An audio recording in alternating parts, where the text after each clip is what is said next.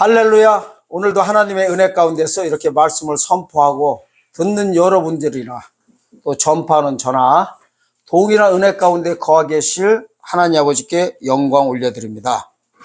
오늘은 하나님과 동행하는 자, 과연 하나님과 동행하는 것이 무엇이 하나님과 동행하는 것이고, 하나님께서 마지막 시대에 사람을 찾고 계십니다.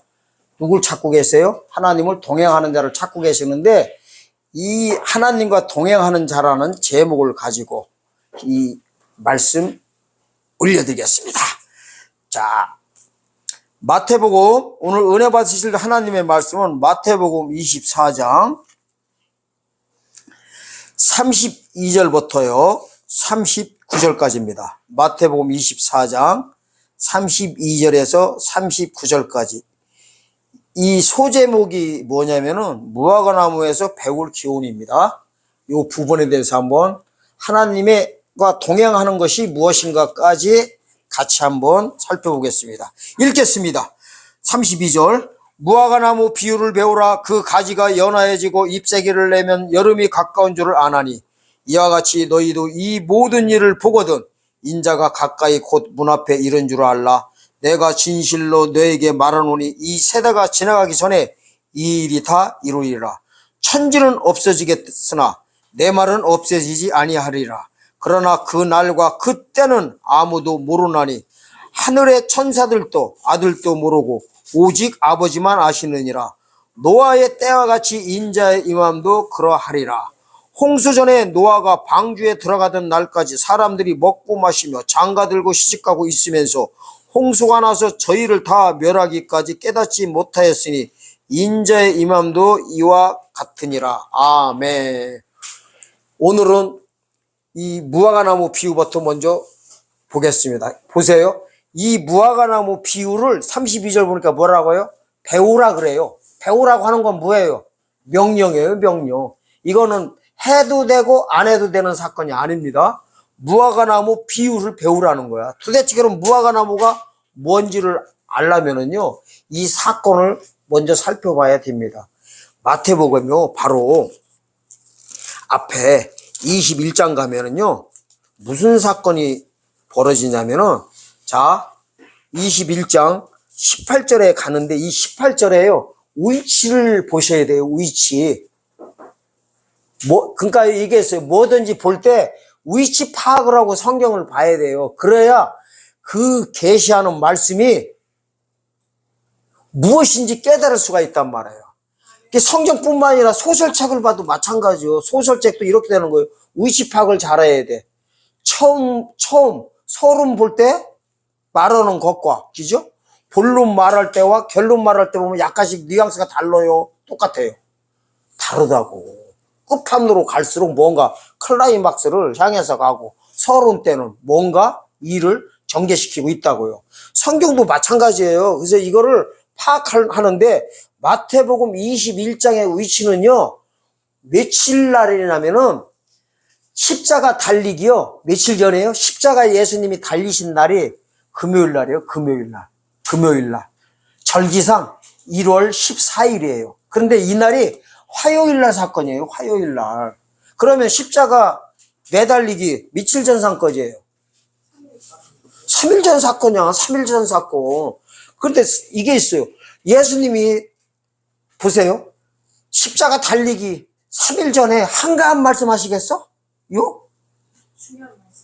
뭔가 사람도요, 죽기 전에는 뭔가 계산하고서 행동하고, 내가 만약에 죽는 날이 안다고 하면은, 그죠? 사람은 죽는 날은 정확히 모르겠지만 예수님은 하나님이시란 말이에요. 하나님이 3일 후면 십자가에 달리시는데 엉뚱한 무슨 지나가는 그냥 말씀을 하시겠냐 이거예요.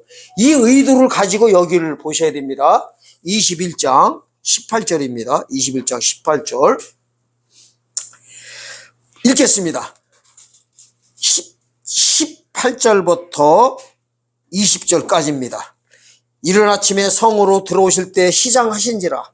길가에서 한 무화과나무를 보시고 그리로 가사 잎사귀밖에 아무것도 얻지 못하시고 나무에게 이르시되 이제부터 영원토록 네게 열매를 맺지 못하리라 하시니 무화과 나무가 꼭 마른지라. 제자들이 보고 이상히 여겨 가로되 무화과 나무가 어째요 말랐나이까?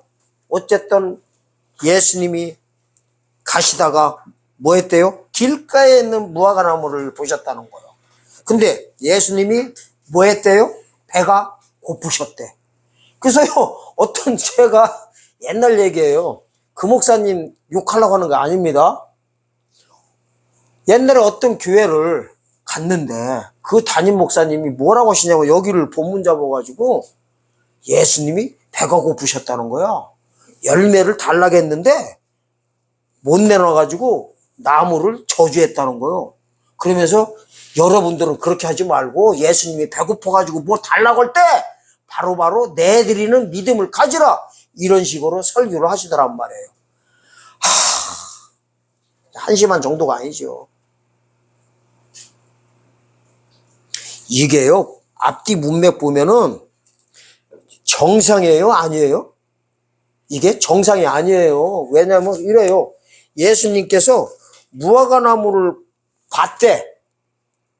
그런데 뭐가 없어요? 열매가 없더라는 거예요. 보니까 없어. 근데 뭐만 있다는 거예요? 이파리만 있다는 거야. 근데 없는 거 알고서 달라고 한다고. 기죠? 그러면서 배고프대. 아니, 배고프시면 어디 가서 식사를 하시던가 하시지.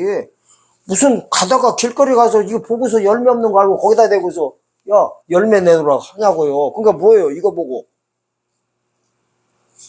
맛이 갔어요? 안 갔어요? 에? 맛이 가셨지요. 정상이 아니시지. 맛이 간 거 보고 뭐라고 하냐? 이상하다 그러는 거예요. 기죠? 요즘에 참 보면 살다 보니까 이상한 사람들 많아요? 없어요? 많지요? 주님 오실 때 이상한 사람이 많다고 했어요. 근데 이 제자들도 이상하게 본 거야. 어디 보니까. 내 말이 아니에요. 20절에요. 이러잖아. 제자들이 보고 이상해 여겨 이러잖아. 미쳤다 이거예요. 제자들이 볼 때 예수님이 맛이 가신 거예요. 기죠? 제자들도 이렇다니까. 이상하다는 거야. 여기를요, 제가 말씀드리기 전에 저기도 한번 가봅시다. 이 같은 장면. 마가복음 11장 한번 가서 보는 겁니다. 마가복음 11장.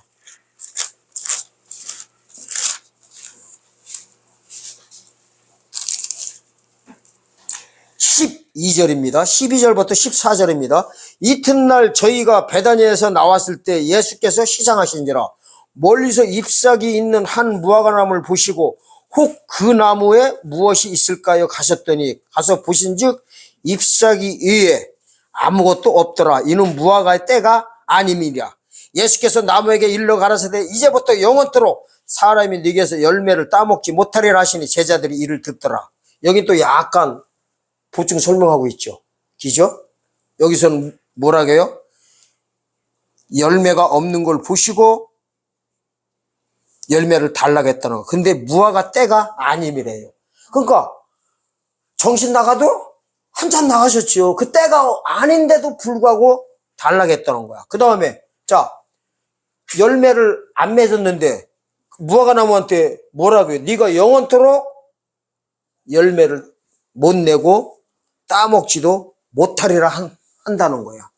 저주를 해버렸다는 거야. 이 저주했다는 게요, 20절과 21절 보면 나옵니다. 이 사건 알아야 재림 사건하고 연관돼 있어 그래요. 성경 얼레벌레 볼 일이 아니에요. 20절과 21절 보면 이래요. 저희가 아침에 지나갈 때 무화과 나무가 뿌리로부터 마른 것을 보고 베드로가 생각이 나서 여짜오래. 라삐어 보소서 저주하신 무화과 나무가 말랐나이다 이래버려요. 아멘? 이거를 어떻게 해석할 거예요? 하나님이 왜 가가지고 길가에 있는 무화과나무 가가지고 열매 내놓으라고 하냐고. 보니까 열매 때도 아니고 또 열매도 없는데 그러냐는 거예요. 사실 이걸 아시려면요, 무화과나무 열매에 대해서 두 가지 사건을 아셔야 돼요. 이게 봄 열매가 있고 가을 열매가 있어요. 이게 감으로 말하면은 땡감이 있고 익은 감이 있다고 생각하시면 돼요. 이때 봄 열매를 이게 이때 당시에 예수님이 내놓으라고 할 때 이 무화과나무 열매 보고 이름이 뭐라냐? 파킴이라고 해요. 파킴. 땡감이요, 땡감. 열매가 익지도 않은 거야. 근데 사실 먹을 수 있어 없어요? 못 먹는 거예요. 있었어도 못 먹었었어요. 그리고 진짜 먹으려면은 가을 때 열리는 거였었어요. 이때는 사계절 중에서 어느 때예요? 봄이에요. 왜 봄이야?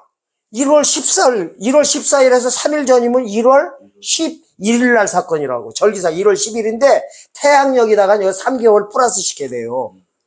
절기 공부하셔야 돼요. 따로. 1월 달이 그냥 1월 달이 아니에요. 3개월 플러스면 4월 달 사건이야. 그래서 우리가 저기 할 때 부활절 같은 거 지킬 때도요. 원래 부활절이 1월 16일인데 4월 달 돼야 우리가 부활절 예배도 드리잖아요. 3개월 태양력 계산하려면 절기에다가 3개월을 플러스해서 돼야 됩니다. 자, 이렇게 되는 거예요. 이게 뭘 가리키는 거냐면요. 무화과나무가 뭐냐면 예레미야에서 보면요. 이스라엘을 가리켜요. 이스라엘. 나라마다 이거 있죠.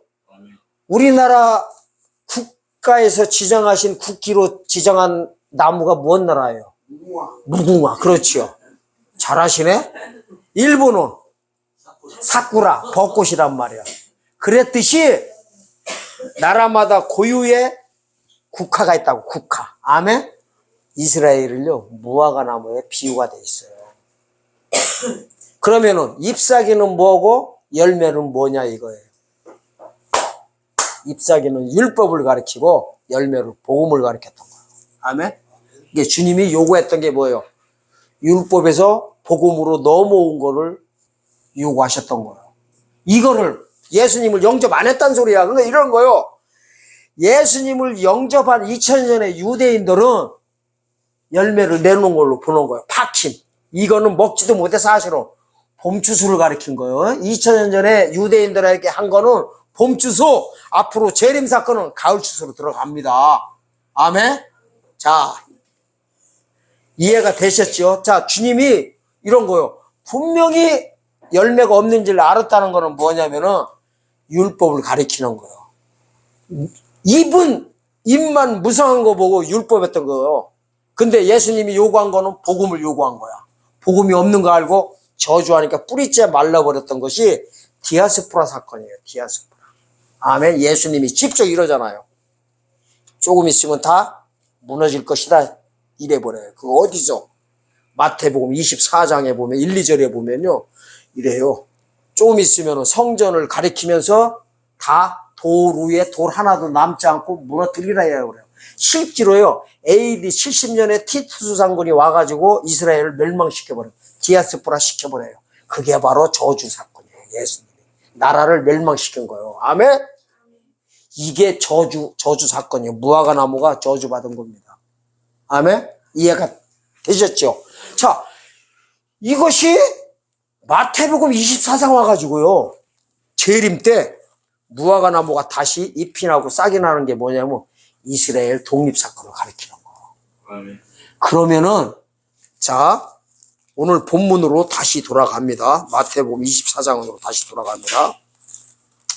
24장. 이제 배경이 일단은 이해가 되셨죠? 무화과 나무는 이스라엘을 가리키는 거야. 어쨌든 그런 다음에 이제 재림 때 주님이 말씀하시는 거예요. 감람산에서 이래요. 32절 보니까 무화과 나무의 비유를 배우라요. 이거는 명령이에요. 알아도 되고 몰라도 되는 게 아니에요. 그러면 이게 무화과 나무 비유에 대해서 가리키는 교회들이 있냐 이거요. 무화과 나무가 뭔지도 몰라. 알아도 그냥 이스라엘 정도만 알아버려요. 근데 왜 뿌리째 말라버렸던 2000년 전 사건이 다시 회복시킬 때 주님 오실 때가 다 됐다는 거를 이제 뭐예요? 표적으로 우리한테 보여주는 사건이에요. 예요. 32절 다시 보세요. 무화과 나무 비유를 배우라. 가지가 연하여지고 잎사귀를 내면 여름이 가까운 줄 아나니. 이 가지가 연하여지고 잎사귀를 내는 사건이요. 사실은 이스라엘이요. 독립할 때 슬슬슬 태동하는 거를 시작되는 거를 가지가 연하여지고 잎사귀를 냈다는 거는 독립사건이에요. 이게요. 이게 사실 역사 공부를 해야 되는데 1차 세계대전 때요.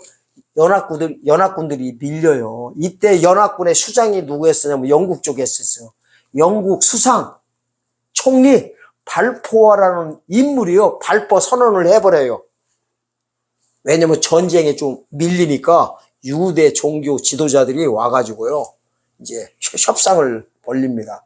발포 외상과 우리가 전쟁 비용과 무기를 다 대줄 테니까 우리 좀 독립할 수 있게 좀 힘 좀 써줘라 하니까 이제 발포가 그냥 선포해버린 거예요.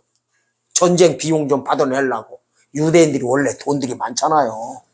그러면 그게 이제 태동이 돼가지고 이제 저 팔레스타인, 지금의 팔레스타인이요. 원래 블레셋 족속이에요. 성경 보면 블레셋 나오죠. 그러니까 AD 70년에 이스라엘이 멸망해가지고 사람들이 세계로 다 뿔뿔이 흩어지니까 자 이스라엘 땅이 비었잖아요. 그 빈 공간에 블레셋 사람들이 와가지고 그냥 사는 거예요. 정착해서 누구 할 때까지. 얼마 전까지. 이스라엘의 독립하기 전까지. 거기서 살고 있는데 갑자기 와가지고 이스라엘이 내 땅이니까 내놓으라고 하니까 얼마나 황당해요. 그게 바로 팔레스타인들이에요, 지금. 그래서 싸움 나고 지금 저 난리를 피우고 있는 겁니다. 배경이 그래요, 배경이. 이게 팔레스타인 입장으로 보면 얼마나 황당해요. 2000년 가까이 살고 있었는데 갑자기 나타나가지고 내 땅 내놓으라고 하면서 그게 시작됐던 게 가지가 연해지고 잎사귀를 낸 것이 1948년 5월 14일 날 오후 4시 반에 독립을 선포해버립니다. 이게 뭐예요? 잎사귀를 내버린 거예요. 아멘? 아멘. 이 사건은 알란가 모르겠네. 자, 잎사귀를 냈으면 이제 뭐만 열리면 끝날까요? 열매가 또 열려야 될 거 아니야. 열매 열리는 사건이요. 재림 사건이에요. 그러니까 지금 잎사귀를 내고 열매 맺는 요 중간 보고 저물 때라고 하는 거예요. 사경 공부할 때 저물 때. 뭔 말인지 알라가 모르겠네. 신약 시대가 곧 지금은 저물어 가고 있어요. 이 말이 뭐냐면 이거예요. 해석해 드릴게요. 이스라엘이 독립하면은 이거를 네가 눈으로 직접 보거든 이거요. 영적으로 보는 게 아니에요. 이 33절에서 그러잖아요. 이와 같이 너희도 이 모든 일을 보거든 인자가 보세요. 가까이 곧 문 앞에 똑같은 단어예요. 가까이 곧 문 앞에 이런 줄 알라는 거예요. 바로 환란 들어간다는 겁니다. 이제 재림의 역사로 바뀐다는 겁니다. 그러니까 예수님이 오시는 지금 최고 타겟점이 뭐냐면 이스라엘 독립 사건이에요. 그래서 그때 당시에 이스라엘 독립할 때요, 세계 모든 이 복음주의자들이요, 예수님 당장 오시는 줄 알고 난리들 폈다고 그냥 다 나옵니다. 역사 공부해보면. 근데 사실은 기간이 있어요. 열매 맺어야 돼. 이 열매 맺는 기간이 열매 맺음으로 끝나는 거예요. 그 재림 예수님을 상징하는 거예요. 그게 비유예요, 비유. 자, 그러면 이제 이거예요. 예수님 오실 수 있는 최대 징조가 뭐냐? 이스라엘 독립사건이었던 거예요. 그런데 하나님이 시간표를 그러니까 어디다 두고 있어요?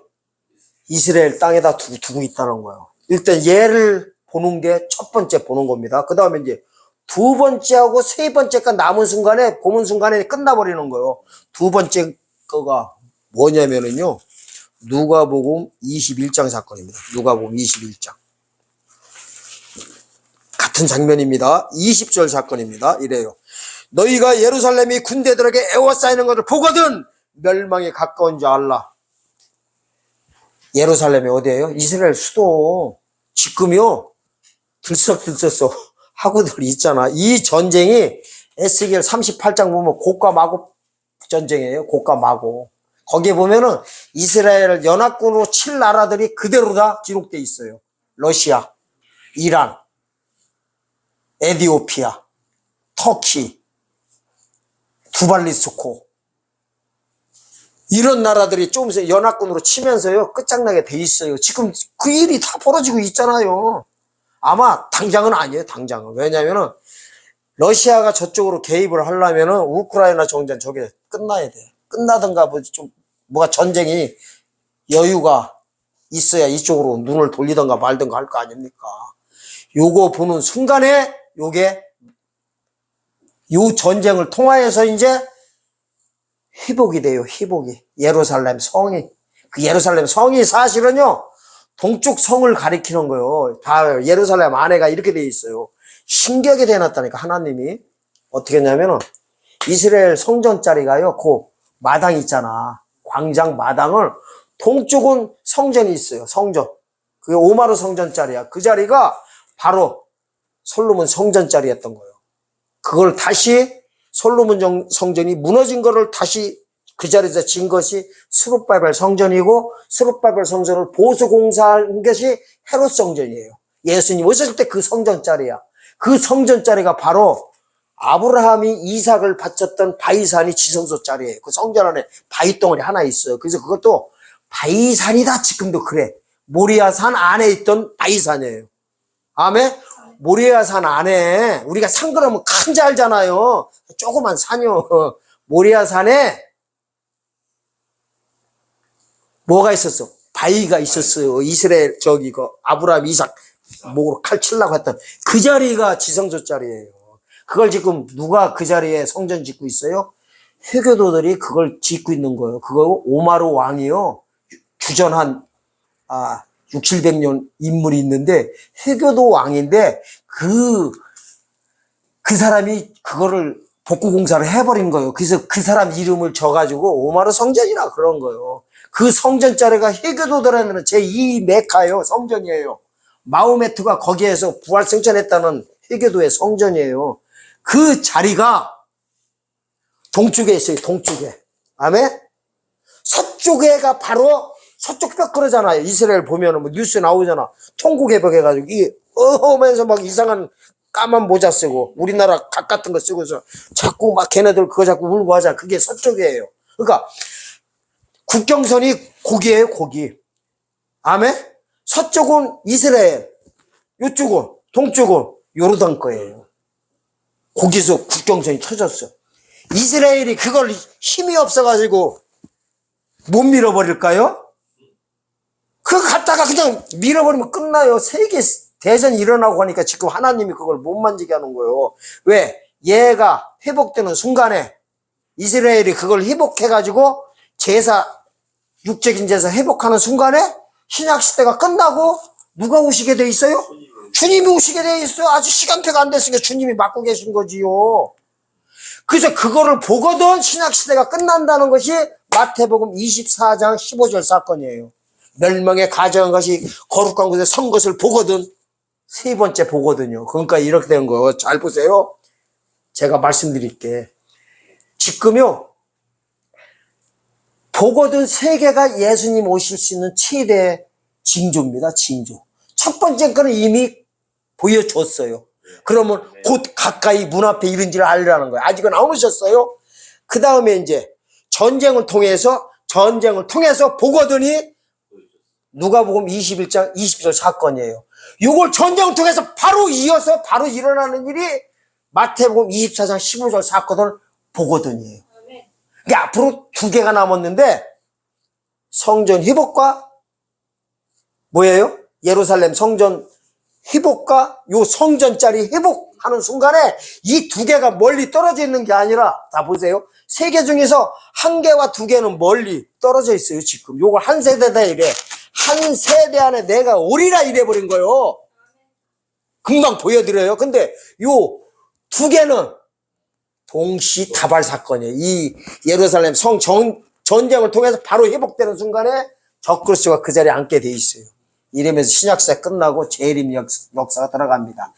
이 일이 벌어져야 주님 오시다고 한 게 데살로니가후서 2장 1절에서 4절 내용이에요. 거기 보면 이래요. 주의 강림에 대해서 누가 영으로나 말로나 뭐 환상으로나 봤다고 해도 믿지 마라 그래. 저 성전 자리에 저놈이 앉아가지고 지가 하나님이라 하기 전에는 내가 결코 이르지 아니하리라 그래 버려요.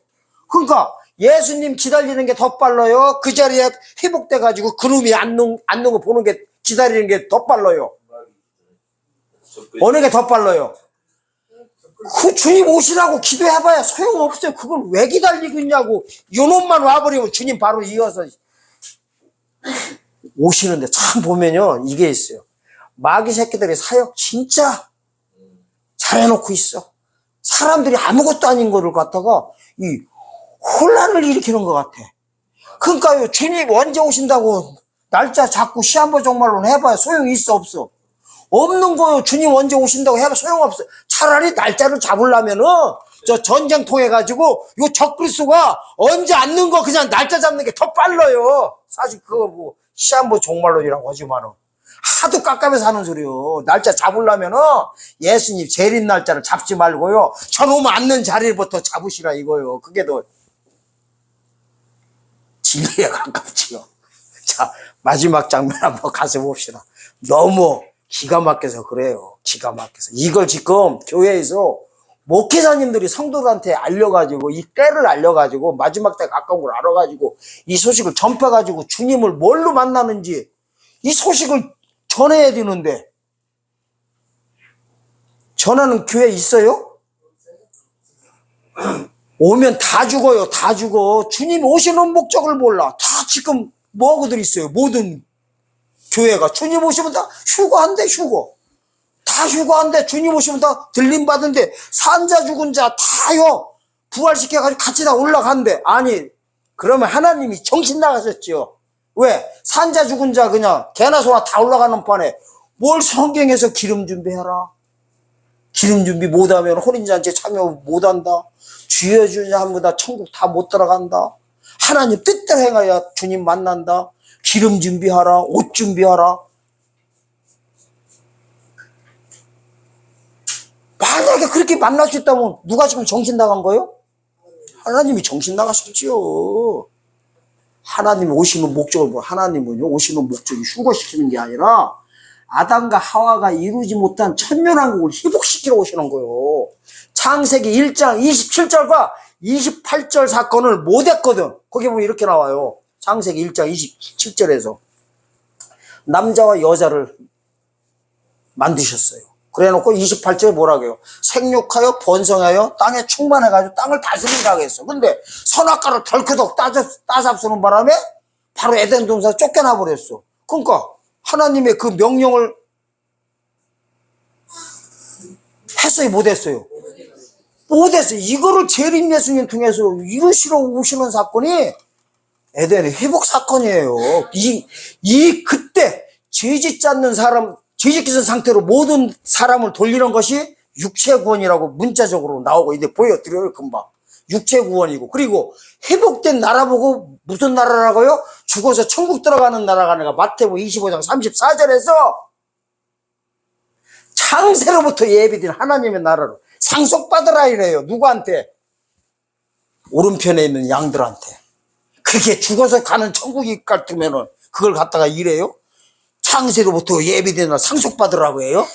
아, 천국이 무슨 상속받으면 예수 믿고 죽으면 다 들어가는 나라인데. 말 같지도 않은. 그러니까요, 이게 있어요. 이 재림에 대해서 모르면 성경 자체가요, 사복음서도 해석이 안 되게 돼 있어요. 사복음서. 첫 장부터 안 되게 돼 있어요. 창세기 1장부터 해석이 안 되게 돼 있어요. 3장은 말할 것도 없고. 그냥 죽어서 그냥 천국 가자고만 하고 있으니 주님 오시게 되면요, 저 사건 벌어지면은 다 죽어요. 다 죽는 거 뭐라고 하느냐? 왼편에 있는 자들한테 그러잖아요. 염소한테 저주를 받은 자라 내게서 떠나가래. 아니, 내게서 떠나가라고 하는 거는 안 믿는 자들한테 떠나가라는 말 중에 많아요. 쟤네들 원래 마귀 새끼들이요. 뭘 떠나가라게? 붙었던 자한테 떠나가라고 하는데 그 떠나가는 장소가 어딘지 아세요? 저주를 받은 자리 해버려. 저주를 받은 자라라 영벌로 들어가라게 해버려. 저주를 받았대요. 아까하고 똑같은 단어 쓰고 있어. 무화과나무 저주했어요? 안 했어요? 그 일이 또 벌어진다니까. 아멘? 그 일이 또 벌어져요. 하나님이요, 저주라는 단어는 믿는 자한테 쓰는 단어예요. 살아서 주님 영접할 때 못 만나는 자들한테 저주받았다고 하는 거예요. 아멘? 안 믿는 자들은 마태복음 3장 18절에 보면 뭐라고 해요? 믿지 않는데 벌써 심판을 받았어. 아니, 벌써 뭐 얘네들은 무슨 처음부터 예수 이름을 안 믿어가지고 심판받았다고 하는데 뭐 저주라고 할 필요도 있어 없어요? 아예 없어요. 우리 성경을 똑바로 봐야 됩니다. 한번 가서 마지막이요. 보거든 단어 한번 보겠습니다. 마태복음 24장 15절입니다. 이래요. 그러므로 너희가 선지자 다니엘이 말한 바 멸망에 가증한 것이 거룩한 곳에 선 것을 보거든 읽는 자는 깨달을진저 여 멸망에 가증한 것이 바로요. 거룩한 곳이 어디냐면 성전자리예요. 헤롯 선정자리, 솔로몬 장 자리에 쓴 것을 보고선 그때부터 이제 환란 들어간다고 해버립니다. 그리고 나면서 환란 가운데 뭐라고 해요? 22절 보니까 육체가 구원을 얻는다는 단어가 나옵니다. 주님 오시는 목적이 뭐예요? 이걸 시켜주러 오시는 거예요. 육체 구원. 육체 구원이 뭐예요? 육체 구원이 뭐냐면요. 이게 창세기 3장으로 돌아가야 돼요. 창세기 2장 7절에서 지음 받았어. 기죠? 그걸 보고 뭐라고 해요? 생명의 사람이다 그래 버려. 네페시라는 단어 써요. 히브리어. 네페시가 뭐냐면은 헬라어로 혼의 사람이요. 혼의 사람 상태에 있었어요. 영의 사람은 안 됐어요. 미안하지만은 원어적으로 나와요. 그래서 6일째 지음 받은 거요. 원래 아주 완벽하게 지음 받으려면 몇 일째 받았어야 돼? 7일째 됐어야지. 6일째 지음 받은 상태에서요. 이 완벽하게 몸이 바뀌려면은 생명과를, 선악과를 따먹지 말고 생명과를 따먹어야 르하우까지 들어와서, 르하우가 헬라어로요. 영이에요, 영. 히브리어로 르하우. 히브리어로 르하우. 헬라어로는 푸뉴마. 그러니까 혼과 영이 완벽하게 돼야 영생길로 들어갔던 거예요. 몸이 죽지 않는 몸으로 완전히 바뀌었던 거예요. 그게 어디서 나왔을까? 창세기 3장 22절에 문자적으로 나와요. 근데 지금처럼 말한 게 아니라 그 원리를 거기에 다 펼쳐놨어. 이래요. 에덴 동산에서 쫓아낼 때 그 이유를 말해. 하나님이. 자, 왜 그러냐면 생명의 사람으로 지음 받은 상태에서 눈이 밝아졌단 말이야. 기죠? 눈이 밝아졌어. 좋은 현상이야, 나쁜 현상이야. 아주 안 좋은 현상이에요. 사단의 시스템이 들어온 거야. 이때 사망 권세가 들어와 버린 거예요. 선악과를 따먹는 바람에. 자, 눈이 밝아진 상태에서 생명과를 따먹게 되면요. 어떻게 되냐면 몸이 영생길로 들어가게 돼 있다고 나와. 3장 22절에. 아멘. 그러니까 처음에 지음 받았을 때는 영생길로 들어갈 수 있었다, 없었다? 없었던 거요. 따먹어야, 생명과를 따먹어야 영생길로 들어갈 수 있게 약간 하자 있게 만들어 놓은 거예요. 그걸 하자 있다 그러는 거예요. 그래서 첫 것은 흠이 있다 그러는 거예요. 히브리서 9장 가면 그렇게 나와요. 첫 것은 흠이 있고 둘째 것이 완벽한 거예요. 하나님이 다 그렇게 만들어 놨어요. 처음부터. 하나 더하기 둘로 들어가게 해놨어요. 전부 다. 우리도 지금 영원구원 받았어도 흠이 있어, 없어? 있는 거예요. 죽잖아. 죽는 게 흠이에요. 흠이 없는 게 뭐냐면 재림 때 죽을 몸을 살리러 오신다고요. 똑같은 장면이에요. 똑같은 거. 자, 그러면 다시 설명해 드릴게요. 자, 이렇게 하는 거예요. 재림 때 육체구원 사건을 얘기하려고 하는 거예요. 육체구원이 뭐냐면 이 혈과 육이 있는 상태로 영생길로 들어가는 거를 죽지 않는 몸으로 바뀌는 거를 육체구원이다 그러는 거예요. 지금